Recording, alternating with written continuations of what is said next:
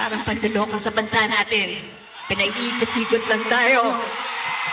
Tama na. Di naman po lingid sa kalaman natin na napakaraming nangyayaring kaguluhan,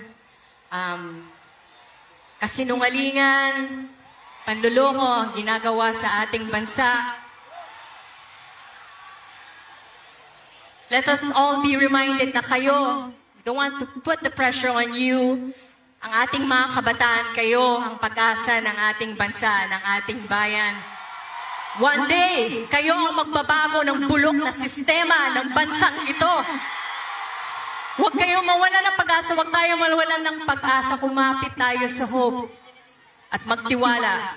Patuloy na magtiwala na balang araw, mababago din ang bulok na sistema na yan. At uunlad din ang ating mahal na bansang Pilipinas. Hindi na natin kailangan umalis ng bansa para makapaghanap ng magandang trabaho dahil nandito na lahat ng oportunidad. Patuloy natin ipagdasal ang ating bansa.